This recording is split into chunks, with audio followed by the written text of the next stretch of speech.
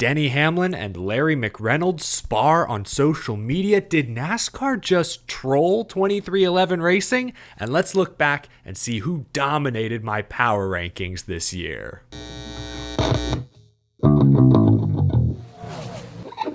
How's it going, y'all? My name is Eric. Welcome to Out of the Groove. Full show ahead, but first, time is running out to pick up the Lionel Racing 12 Days of Diecast Advent Calendar. They're selling out everywhere, but dailydownforce.com has a few left. Click the link down in the description below or head to dailydownforce.com/shop. Use code HOLIDAY to get a free subscription to NASCAR Pole Position magazine. Oh, and for a limited time, shipping is free on all Daily Downforce shop items, so give it a look. It's going to be a long off-season, folks. We're still talking about the playoffs. Adam Stern, Sports Business Journal, reported yesterday that NASCAR will review its playoff format this off-season, and changes are possible as soon as next year, though a larger overhaul might need to wait until 2026. I'll put a link to the full article down below. I just want to read you this short passage. Stern writes, quote, "Two people familiar with the matter confirmed to Sports Business Journal that NASCAR planned to review the format this offseason, with one saying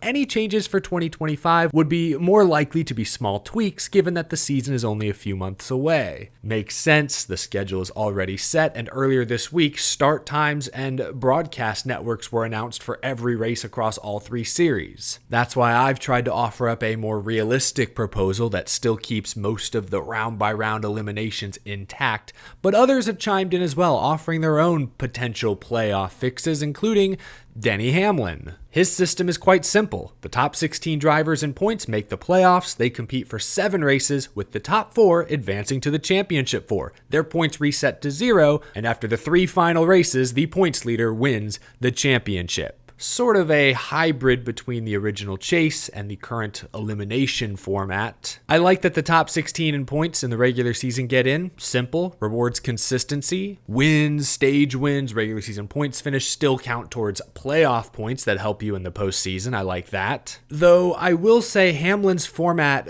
lacks a sense of urgency. A 7-race opening round, that sounds an awful lot like the original chase.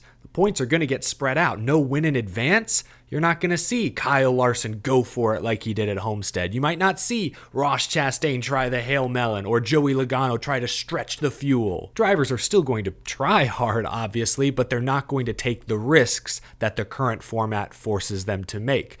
And Larry McReynolds pointed this out on social media. America's crew chief turned TV analyst tweeted, "Just what we need again. Our champion could go through the entire 10-race playoff, not win a race, might not need to, and at the final race, back possibly to where one driver headed into the race, a clinch scenario. Now this would be nail-biting and exciting. #unbelievable. I think that last sentence was supposed to be sarcasm. Sarcasm can be difficult to detect on social media, but Denny Hamlin responded to Larry Mack's criticism saying, "Hey Larry, I know facts are hard to comprehend, but we actually had a champion crowned in trucks by a driver who didn't win at all during the season under this format. Sorry, so what were you saying about winning again?"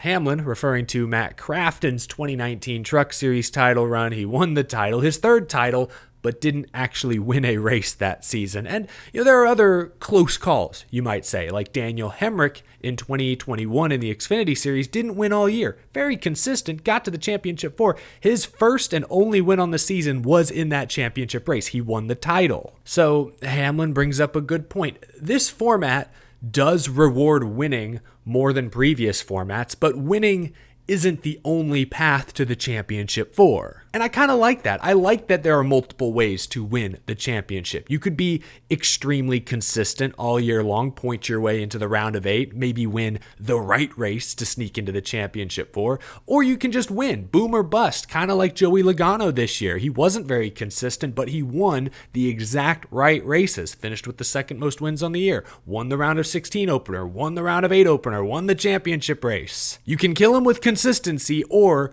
you can time your wins perfectly. There is no one direct path. I think Larry McReynolds fails to acknowledge that there in his tweet.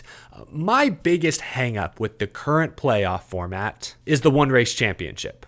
Sure, you have to either be great or do great things to get to the championship 4, but I don't think it's fair to have a single race at a single unique track type that could favor one driver or one team over others, I don't think it's fair to have that single event decide the champion when, again, there are so many variables potentially outside of your control. Going back to Denny Hamlin's playoff proposal, the thing I like most about it is the 3-race championship. I think that strikes the right balance between late season heroics, gotta perform under pressure, close championship fight heading into the final week, but it also creates a larger sample size that I believe will have fewer fans questioning the legitimacy of the champion at year's end. Think about it in the context of this year. Joey Logano wins Phoenix. Great, he's the points leader. But he still has to defend his lead for 2 more weeks at 2 different tracks. If he's able to do that, I think more fans would have accepted him as this year's legitimate champion. Back to Adam Stern's report, I think for next year, the best fans can hope for are some small tweaks to the format. My format proposal still includes 3-race rounds. They're just at the back end. I put the 1-race wild card at the very beginning of the playoffs to set the round of 12. I still think my format is realistic for next year. I think my format is the most fair compromise, but you can go check out my video from a couple days ago for me to break down my idea in great detail. But back to Denny Hamlin and Larry McReynolds, maybe their beef is personal, because Denny Hamlin followed up his reply with an additional post. He said, "Oh, and if you could stop spreading disinformation to your listeners about our lawsuit, I would really appreciate it. Thanks." Ooh, I haven't heard everything Larry McReynolds has said on his SiriusXM show, but I do remember in the days immediately after 23XI and Front Row filed their lawsuit, Larry Mack was pretty critical of the teams. We don't want to be the other sports. We don't want to be Major League Baseball. We don't want to be the NBA. We don't want to be the NFL. We are NASCAR. That Friends family built this from scratch. And a lot of us has made a lot of good livings doing it in this sport. Victims will continue to be victims until this wrong is righted, unquote. Victims. Give me a break. He's allowed to share his opinion. I'm not sure he's shared disinformation out there. Hamlin might be a little out of line, but it's clear Larry Mack, America's crew chief, and Denny Hamlin do not see eye to eye. Denny Hamlin had a really interesting day on social media because then NASCAR posted this photo of newly crowned 3-time champ Joey Logano posing with Monopoly, not Monopoly money, what are those? Monopoly like playing cards? I don't know if NASCAR meant it this way, but 23XI Racing and Front Row Motorsports are quite literally suing NASCAR right now on the grounds that NASCAR is a monopoly and are using their power to stamp out competition, to force the teams in line. Denny Hamlin responded to this post on Instagram pointing this out. Maybe this post was just someone on NASCAR's marketing team having a little fun with a funny prop. Maybe it was Joey Logano's idea. Who knows? Maybe they didn't even think about the broader context. But considering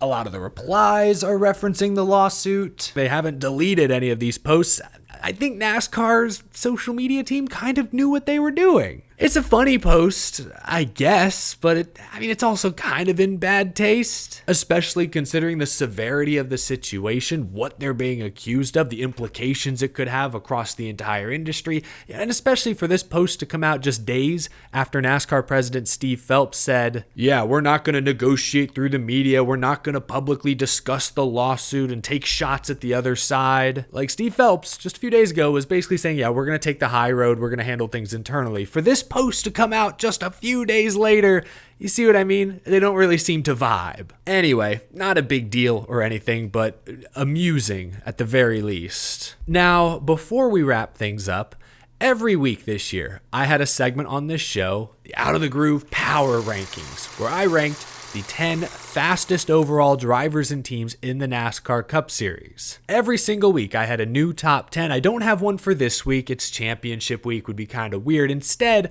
I went back and calculated some season-long averages. I thought it might be fun to look back at how my year-long power rankings aged, if you will. So I've drawn up a few graphics, a few stats. Overall, 18 drivers cracked my top 10 at some point or another this year. A few of them were in the top 10 every single week. A lot of guys made it to the number 1 spot at some point. A few only made it up to 3, 5, 7. I'll note that Austin Cindric and Chase Briscoe were each inside the top 10 only once this year. But there you go. You can see the 18 drivers that made my list. 7 drivers made it to the number 1 spot. Kyle Larson spent 17 weeks in the number 1 position, by far the most of anyone this year. William Byron was at number 1 8 times. I think a lot of those were at the beginning of the year. He showed some more speed at the end of the season, had a very consistent playoff run, made it to the championship 4, but early in the year, Byron with those 3 wins, Daytona 500 champion,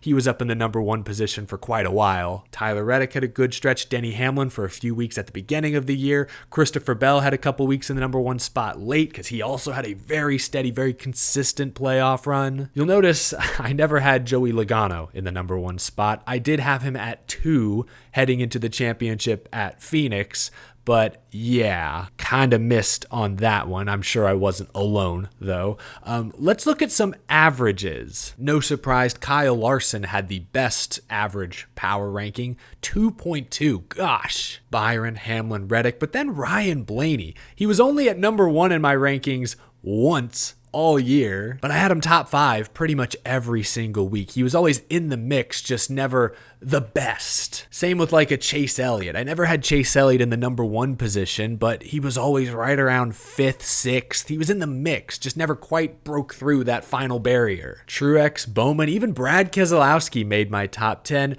The series champion Joey Logano had the 11th best average power ranking this year, at least according to me. Again, these numbers are just my opinion throughout the year, but I thought it would be fun to look back, sort of hold myself accountable. It's safe to say, until late in the year, Joey Logano was flying under the radar. We knew he was good at the short, flat ovals. We knew that could translate to playoff success, but I don't think anyone truly believed Logano was winning this title back in June, July, August, even September. But lo and behold, Team Penske once again not to be denied. There you go. Kind of fun look back at my power rankings for this year. It was a new segment on the show. I enjoyed doing it. It seemed like y'all enjoyed reacting in the comment section, picking my arguments apart. So I think it's safe to say we'll bring this back in 2025, and I'll attempt to improve on my season end accuracy. That's gonna do it for this episode, y'all. Thank you so much for watching. Leave a like if you enjoyed. Subscribe for more NASCAR discussion every week, even during the off season. Big thank you to my Patreon supporters as well. Have a great rest of your day, folks. I will talk to you again very soon. Thanks again for watching.